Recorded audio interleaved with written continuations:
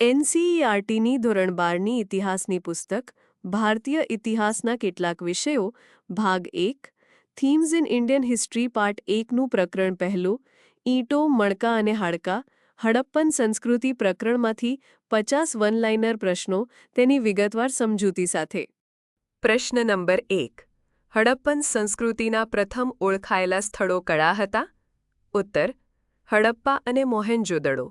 સમજૂતી હડપ્પન સંસ્કૃતિના પ્રથમ ઓળખાયેલા સ્થળો હડપ્પા પંજાબ પાકિસ્તાન અને મોહેન્જો-દડો સિંધ પાકિસ્તાન હતા. 1920ના દાયકામાં ભારતીય પુરાતત્વ સર્વેક્ષણ એએસઆઈ દ્વારા દયારામ સાહની હડપ્પા અને રાખાલદાસ બેનર્જીના નેતૃત્વ હેઠળ ઉત્ખનન શરૂ થયું, જેનાથી આ પ્રાચીન સભ્યતા પ્રકાશમાં આવી કે જ્ઞાત થઈ. પ્રશ્ન નંબર 2 ભારતીય પુરાતત્વ સર્વેક્ષણ એએસઆઈના પ્રથમ મહાનિર્દેશક કોણ હતા? ઉત્તર એલેક્ઝાન્ડર કનિંઘહામ. સમજૂતી ભારતીય પુરાતત્વ સર્વેક્ષણ એએસઆઈના પ્રથમ મહાનિર્દેશક એલેક્ઝાન્ડર કનિંઘહામ હતા. તેમણે 19મી સદીના મધ્યમાં ભારતમાં પુરાતત્વીય સંશોધનોની શરૂઆત કરી હતી, જો કે તેમને હડપ્પાનું મહત્વ સંપૂર્ણપણે સમજાયું ન હતું. પ્રશ્ન નંબર 3 હડપ્પન સંસ્કૃતિને કયા અન્ય નામથી ઓળખવામાં આવે છે? ઉત્તર સિંધુ ખીણની સંસ્કૃતિ. સમજૂતી હડપ્પન સંસ્કૃતિને સિંધુ ખીણની સંસ્કૃતિ તરીકે પણ ઓળખવામાં આવે છે, કારણ કે તેના મોટાભાગના સ્થળો સિંધુ નદી અને તેની સહાયક નદીઓની ખીણમાં આવેલા હતા. પ્રશ્ન નંબર 4 હડપ્પન સ્થળોએથી મળેલા કયા અવશેષો કનિંઘહામને મૂંઝવણમાં મૂક્યા હતા? ઉત્તર અજાણ્યા લિપિવાળી સીલ મહોરો. કનિંઘહામને હડપ્પન સ્થળોએથી મળેલા અજાણ્યા લિપિવાળી સીલ મહોરો મૂંઝવણમાં મૂકી હતી, કારણ કે તેઓ તેને ભારતીય ઇતિહાસના જાણીતા સમયગાળા સાથે સાંકળી શક્યા ન હતા. પ્રશ્ન નંબર 5 કયા પુરાતત્વવિદે 1924માં સિંધુ ખીણની સંસ્કૃતિની સત્તાવાર જાહેરાત કરી? ઉત્તર જ્હોન માર્શલ. સમજૂતી જ્હોન માર્શલ, જેઓ એએસઆઈના મહાનિર્દેશક હતા, તેમણે 1924માં વિશ્વ સમક્ષ સિંધુ ખીણની સંસ્કૃતિની સત્તાવાર જાહેરાત કરી. તેમણે હડપ્પા અને મોહેન્જો-દડોમાં મોટા પાયે ઉત્ખનન કાર્યોનું નેતૃત્વ કર્યું. પ્રશ્ન નંબર 6 કયા પુરાતત્વવિદે હડપ્પન સંસ્કૃતિને મેસોપોટેમિયા સાથે સરખાવી? ઉત્તર જ્હોન માર્શલ. સમજૂતી જ્હોન માર્શલે હડપ્પન સંસ્કૃતિને મેસોપોટેમિયા એટલે ઈરાકની સભ્યતા સાથે સરખાવી, કારણ કે બંને વચ્ચે અમુક વેપારી અને સાંસ્કૃતિક સંબંધોના પુરાવા મળ્યા હતા. પ્રશ્ન નંબર 7 હડપ્પન સંસ્કૃતિ કયા સમયગાળાની છે? ઉત્તર ઈસપૂર્વે 2600થી ઈસપૂર્વે 1900.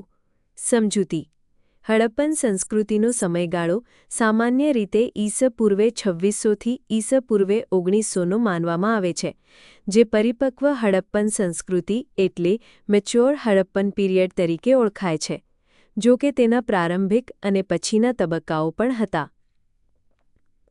પ્રશ્ન નંબર 8 હડપ્પન સ્થળોએથી મળેલા કયા પુરાવા દર્શાવે છે કે ત્યાં અગાઉની સંસ્કૃતિઓ પણ હતી? ઉત્તર પૂર્વ હડપ્પન સ્તરો અને અવશેષો. સમજૂતી હડપ્પન સ્થળોએથી મળેલા પૂર્વ હડપ્પન એટલે અર્લી હડપ્પન સ્તરો અને અવશેષો દર્શાવે છે કે પરિપક્વ હડપ્પન સંસ્કૃતિ પહેલાં ત્યાં ગ્રામીણ અને પ્રાદેશિક સંસ્કૃતિઓ અસ્તિત્વમાં હતી, જે ધીમે ધીમે વિકસિત થઈને હડપ્પન સભ્યતા બની.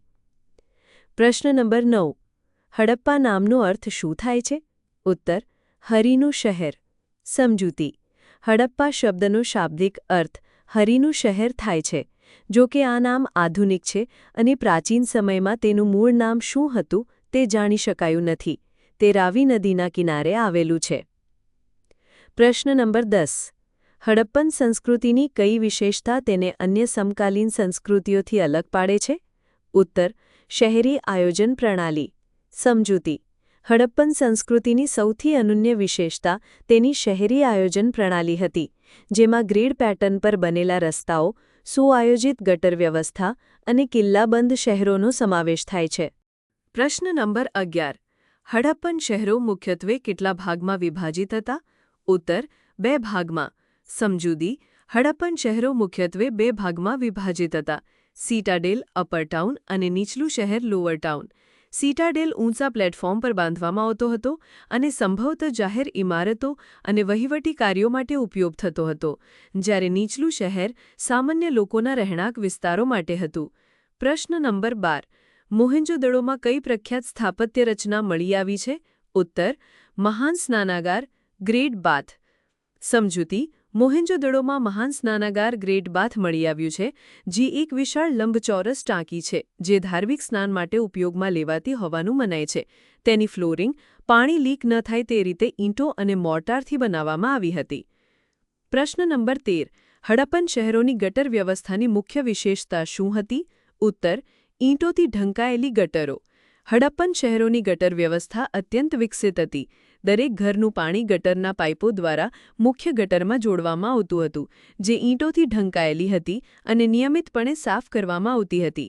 આ આધુનિક સ્વચ્છતા પ્રણાલી દર્શાવે છે. પ્રશ્ન નંબર 14. હડપ્પન શહેરો કયા પ્રકારની ઈંટોનો ઉપયોગ કરતા હતા? ઉત્તર: પ્રમાણસરની સ્ટેન્ડર્ડાઇઝ પકવેલી ઈંટો. હડપ્પન શહેરોમાં પ્રમાણસરની સ્ટેન્ડર્ડાઇઝ પકવેલી ઈંટો એટલે કે બેક્ડ બ્રિક્સનો ઉપયોગ થતો હતો. આ ઈંટોનું કદ એક સરખું એટલે કે લંબાઈ જેમ પહોળાઈ જેમ જાડાઈ 4:2:1 હતું, જે શહેરી આયોજન અને બાંધકામમાં એકરૂપતા દર્શાવે છે. પ્રશ્ન નંબર 15. મોહેંજો-દડોમાં મળી આવેલા ધાન્ય કોઠાર એટલે કે ગ્રેનરીનું કાર્ય શું હતું? ઉત્તર: અનાજનો સંગ્રહ. મોહેંજો-દડોમાં મળી આવેલા ધાન્ય કોઠારનો ઉપયોગ અનાજનો સંગ્રહ કરવા માટે થતો હતો. આ દર્શાવે છે કે હડપ્પન સંસ્કૃતિમાં કૃષિ ઉત્પાદન અને સંગ્રહ વ્યવસ્થા સુવિકસિત હતી. પ્રશ્ન નંબર 16. હડપ્પન રસ્તાઓ કઈ પેટર્ન પર બનેલા હતા? ઉત્તર: ગ્રીડ પેટર્ન. સમજૂતી: હડપ્પન રસ્તાઓ ગ્રીડ પેટર્ન પર બનેલા હતા, એટલે કે તેઓ એકબીજાને લગભગ કાટખૂણે છેદતા હતા, જે શહેરી વિસ્તારોને ચોક્કસ બ્લોક્સમાં વિભાજિત કરતા હતા. પ્રશ્ન નંબર 17. કયું હડપ્પન સ્થળ 3 ભાગમાં વિભાજિત હતું? ઉત્તર: ધોળાવીરા. સમજૂતી: ધોળાવીરા, ગુજરાત, ભારત એકમાત્ર હડપ્પન સ્થળ છે જે 3 ભાગમાં વિભાજિત હતું: સીટાડેલ, મધ્યમ શહેર અને નીચલું શહેર. અહીં પાણીના સંગ્રહ માટેની અદ્ભુત વ્યવસ્થા પણ જોવા મળી છે. પ્રશ્ન નંબર 18. લોથલમાં કયું ખાસ સ્થાપત્ય મળી આવ્યું છે? ઉત્તર: ડોકયાર્ડ, બંદરગાહ. સમજૂતી: લોથલ, ગુજરાત, ભારત માં એક વિશાળ ડોકયાર્ડ, બંદરગાહ મળી આવ્યું છે, જે દર્શાવે છે કે લોથલ એક મહત્વપૂર્ણ દરિયાઈ વેપાર કેન્દ્ર હતું અને ત્યાંથી વિદેશી વેપાર થતો હતો. પ્રશ્ન નંબર 19. હડપ્પન ઘરોમાં સામાન્ય રીતે કઈ સુવિધા હતી? ઉત્તર: ખાનગી શૌચાલય અને સ્નાનાગાર. સમજૂતી: હડપ્પન ઘરોમાં સામાન્ય રીતે ખાનગી શૌચાલય અને સ્નાનાગાર હતા, જે ગટર વ્યવસ્થા સાથે જોડાયેલા હતા. ઘણા ઘરોમાં કૂવાઓ પણ હતા, જે પાણીની ઉપલબ્ધતા સુનિશ્ચિત કરતા હતા. પ્રશ્ન નંબર 20. સીટાડેલના નિર્માણમાં મુખ્ય કઈ સામગ્રીનો ઉપયોગ થતો હતો? ઉત્તર: ઈંટોના પ્લેટફોર્મ. સમજૂતી: સીટાડેલના નિર્માણમાં મુખ્યત્વે ઈંટોના પ્લેટફોર્મનો ઉપયોગ થતો હતો, જેના પર જાહેર ઇમારતો અને સંરચનાઓ બાંધવામાં આવતી હતી. આ પ્લેટફોર્મ પૂરથી રક્ષણ પૂરું પાડતા હતા. પ્રશ્ન નંબર 21. હડપ્પન લોકોનો મુખ્ય વ્યવસાય શું હતો? ઉત્તર: ખેતી, કૃષિ. સમજૂતી: હડપ્પન લોકોનો મુખ્ય વ્યવસાય ખેતી, કૃષિ હતો. તેઓ ઘઉં, જવ, દાળ, વટાણા, તલ, બાજરી અને ચોખા જેવા પાકો ઉગાડતા હતા. પ્રશ્ન નંબર 22. હડપ્પન લોકો કયા પ્રાણીઓને પાળતા હતા? ઉત્તર: ઢોર, ઘેટા, બકરા, ભેંસ અને ડુક્કર. સમજૂતી: હડપ્પન લોકો ઢોર, ઘેટા, બકરા, ભેંસ અને ડુક્કર જેવા પ્રાણીઓને પાળતા હતા. આ ઉપરાંત હાથી અને ઊંટ જેવા પ્રાણીઓના પણ પુરાવા મળ્યા છે. પ્રશ્ન નંબર 23. હડપ્પન સીલ પર સામાન્ય રીતે કયા પ્રાણીની આકૃતિ જોવા મળે છે? ઉત્તર: યુનિકોર્ન, એક શિંગડાવાળો કાલ્પનિક પ્રાણી. સમજૂતી: હડપ્પન સીલ પર સામાન્ય રીતે યુનિકોર્ન, એક શિંગડાવાળો કાલ્પનિક પ્રાણીની આકૃતિ જોવા મળે છે, જે સંભવતઃ ધાર્મિક અથવા સાંકેતિક મહત્વ ધરાવતું હતું. પ્રશ્ન નંબર 24. હડપ્પન વેપાર કયા પ્રદેશો સાથે થતો હતો? ઉત્તર: મેસોપોટેમિયા, અફઘાનિસ્તાન અને ઈરાન. સમજૂતી: હડપ્પન વેપાર મુખ્યત્વે મેસોપોટેમિયા, ખાસ કરીને ઓમાન અને બહેરીન, અફઘાનિસ્તાન અને ઈરાન જેવા પ્રદેશો સાથે થતો હતો. મોહેંજો-દડો અને હડપ્પા વેપારના મુખ્ય કેન્દ્રો હતા. પ્રશ્ન નંબર 25. હડપ્પન વેપારમાં કઈ વસ્તુઓની આપ-લે થતી હતી? ઉત્તર ધાતુઓ, કિંમતી પથ્થરો, લાકડું, કાપડ અને અનાજ. સમજૂતી: હડપ્પન વેપારમાં મુખ્યત્વે ધાતુઓ એટલે કે તાંબુ, સોનું, ચાંદી, કિંમતી પથ્થરો એટલે કે લાપિસ લાઝુલી અને કાર્નેલિયન, લાકડું, કાપડ અને અનાજ જેવી વસ્તુઓની આપ-લે થતી હતી. પ્રશ્ન નંબર 26. શંખ અને લાપિસ લાઝુલી વાદળી પથ્થર કયા વિસ્તારોમાંથી આયાત કરવામાં આવતા હતા? ઉત્તર: શંખ ગુજરાતના દરિયાકાંઠેથી અને લાપિસ લાઝુલી અફઘાનિસ્તાનના શોરતુઘાઈથી. સમજૂતી: શંખ ગુજરાતના દરિયાકાંઠેથી, નાગેશ્વર, બાલાકોટ અને લાપિસ લાઝુલી અફઘાનિસ્તાનના શોરતુગાઈ જેવા સ્થળોએથી આયાત કરવામાં આવતા હતા. પ્રશ્ન નંબર 27. હડપ્પન લોકો કયા પ્રકારના વજન અને માપના ઉપયોગ કરતા હતા? ઉત્તર: ચર્ટના ઘન આકારના વજન. સમજૂતી: હડપ્પન લોકો ચર્ટ એટલે કે ચિંટના પથ્થરોથી બનેલા ઘન આકારના વજન એટલે કે ક્યુબિકલ વેઇટ્સનો ઉપયોગ કરતા હતા, જે બાઇનરી પ્રણાલી એટલે કે 1, 2, 4, 8 વગેરે પર આધારિત હતા. પ્રશ્ન નંબર 28. હડપ્પન સમાજમાં કયા પ્રકારના વર્ગો અસ્તિત્વમાં હતા તે દર્શાવતા પુરાવા કયા છે? ઉત્તર: રહેણાંક ઇમારતોના કદમાં તફાવત અને અમૂલ્ય વસ્તુઓનો સંગ્રહ. સમજૂતી: હડપ્પન સમાજમાં વર્ગોના અસ્તિત્વના પુરાવા રહેણાંક ઇમારતોના કદમાં તફાવત, અમુક અમૂલ્ય વસ્તુઓનો સંગ્રહ જેમ કે સોનાના આભૂષણો અને દફનવિધિમાં મળતી ચીજવસ્તુઓ દર્શાવે છે કે સમાજમાં અમુક અંશે સામાજિક વિભેદન હતું. પ્રશ્ન નંબર 29. ચાન્હુ દડો કયા માટે પ્રખ્યાત હતું? ઉત્તર: મણકા બનાવવાનું કેન્દ્ર. સમજૂતી: ચાન્હુ દડો પાકિસ્તાન મણકા બનાવવાનું કેન્દ્ર એટલે કે બીડ મેકિંગ સેન્ટર તરીકે પ્રખ્યાત હતું. અહીં મણકા બનાવવા માટેના સાધનો અને અધૂરા મણકા મળી આવ્યા છે. પ્રશ્ન નંબર 30. હડપ્પન સંસ્કૃતિમાં કઈ હસ્તકલા મુખ્ય હતી? ઉત્તર: મણકા બનાવવું, ધાતુકામ, માટીકામ અને સીલ બનાવવી. સમજૂતી: હડપ્પન સંસ્કૃતિમાં મણકા બનાવવું, ધાતુકામ એટલે કે તાંબુ, કાંસુ, માટીકામ એટલે કે પોટરી અને સીલ બનાવવી મુખ્ય હસ્તકલાઓ હતી. પ્રશ્ન નંબર 31. હડપ્પન લોકો કયા દેવીની પૂજા કરતા હોવાનું મનાય છે? ઉત્તર: માતૃદેવી, જેને અંગ્રેજીમાં મધર ગોડેસ કહેવાય છે.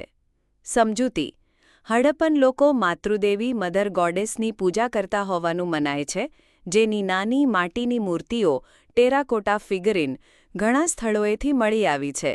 આ ફળદ્રુપતા સાથે સંકળાયેલી દેવી હોઈ શકે છે. પ્રશ્ન નંબર 32. કઈ સીલ પર યોગ મુદ્રામાં બેઠેલા પુરુષની આકૃતિ જોવા મળે છે? ઉત્તર: પશુપતિ મહાદેવ, જેને પ્રોટો શિવ કહેવાય છે, ની સીલ.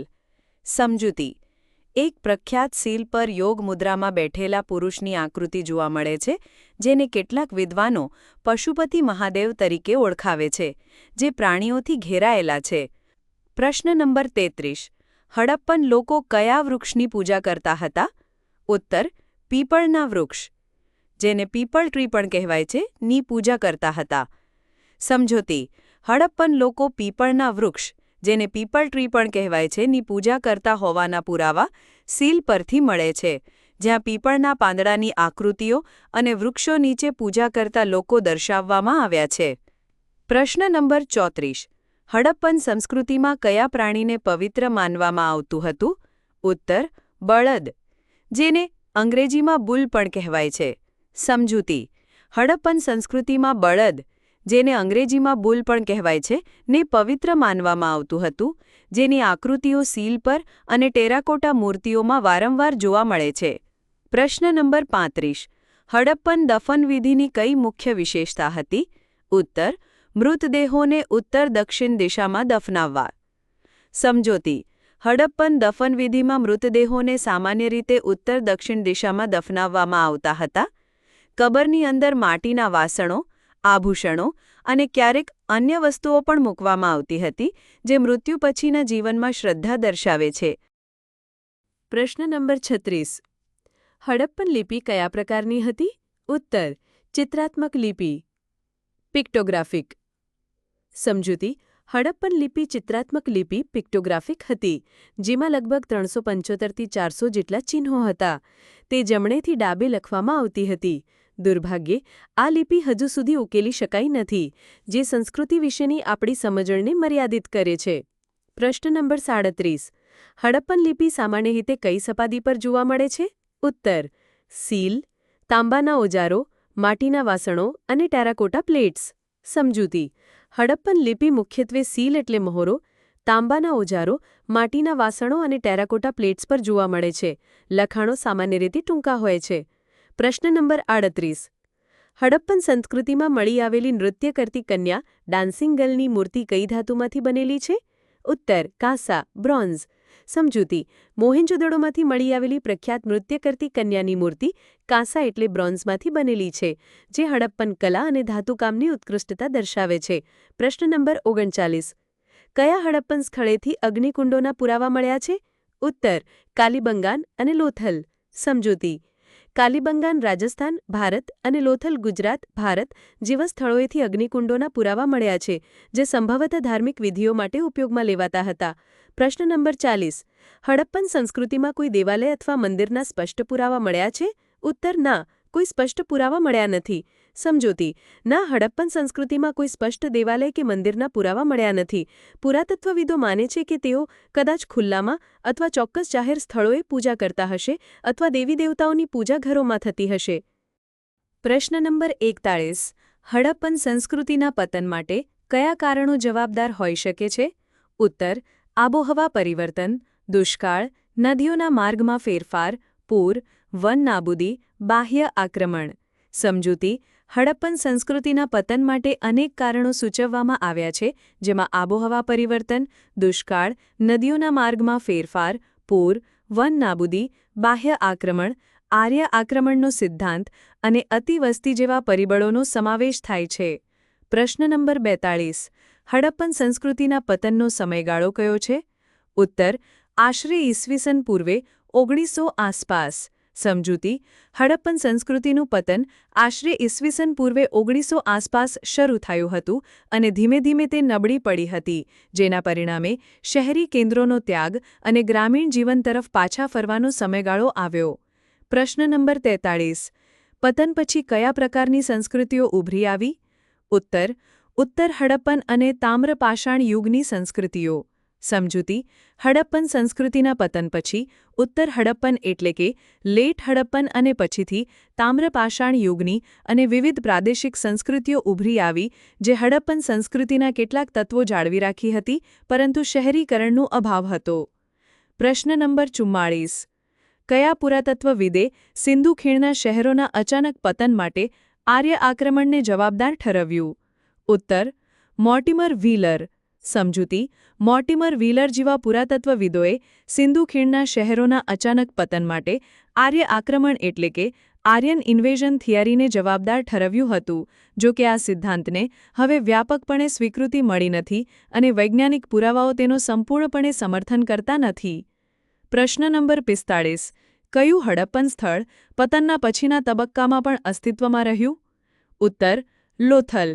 સમજૂતી: લોથલ એટલે કે ગુજરાત જેવા કેટલાક સ્થળો પતનના પછીના તબક્કામાં પણ અમુક અંશે અસ્તિત્વમાં રહ્યા હતા, જો કે તેમની મૂળભૂત શહેરી સુવિધાઓ અને સંગઠનમાં ઘટાડો જોવા મળ્યો હતો. પ્રશ્ન નંબર 46. હડપ્પન સંસ્કૃતિના પતન પછી કયા ભૌગોલિક વિસ્તારમાં વસ્તીનું સ્થળાંતર થયું? ઉત્તર: ગુજરાત, રાજસ્થાન, હરિયાણા અને પશ્ચિમ ઉત્તર પ્રદેશ. સમજૂતી: હડપ્પન સંસ્કૃતિના પતન પછી મોટાભાગની વસ્તી પૂર્વ અને દક્ષિણ દિશામાં, ખાસ કરીને ગુજરાત, રાજસ્થાન, હરિયાણા અને પશ્ચિમ ઉત્તર પ્રદેશ તરફ સ્થળાંતરિત થઈ હતી.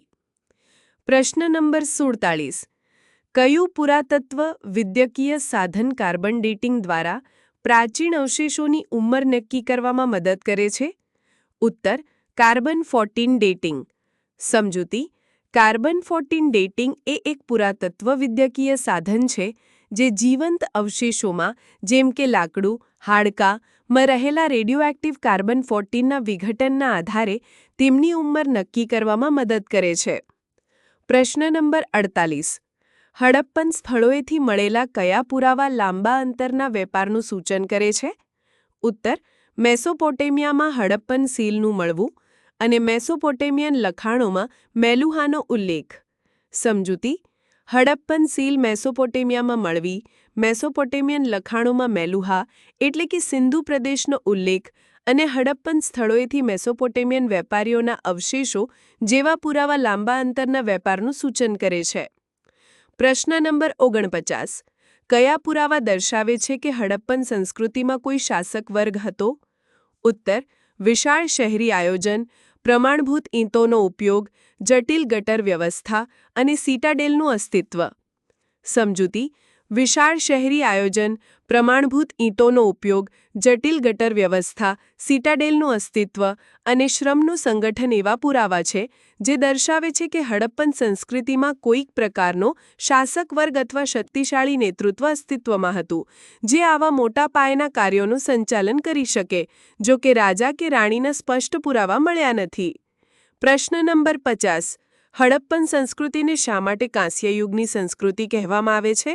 ઉત્તર: કારણ કે તેઓ કાંસુ બનાવવાની ટેકનોલોજીથી વાકેફ હતા. સમજૂતી: હડપ્પન સંસ્કૃતિની કાંસ્યયુગની સંસ્કૃતિ કહેવામાં આવે છે કારણ કે તેઓ તાંબુ અને ટીન મિશ્રિત કરીને કાંસુ બનાવવાની ટેકનોલોજીથી વાકેફ હતા અને તેનો ઉપયોગ ઓજારો, શસ્ત્રો અને કલાકૃતિઓ બનાવવા માટે કરતા હતા.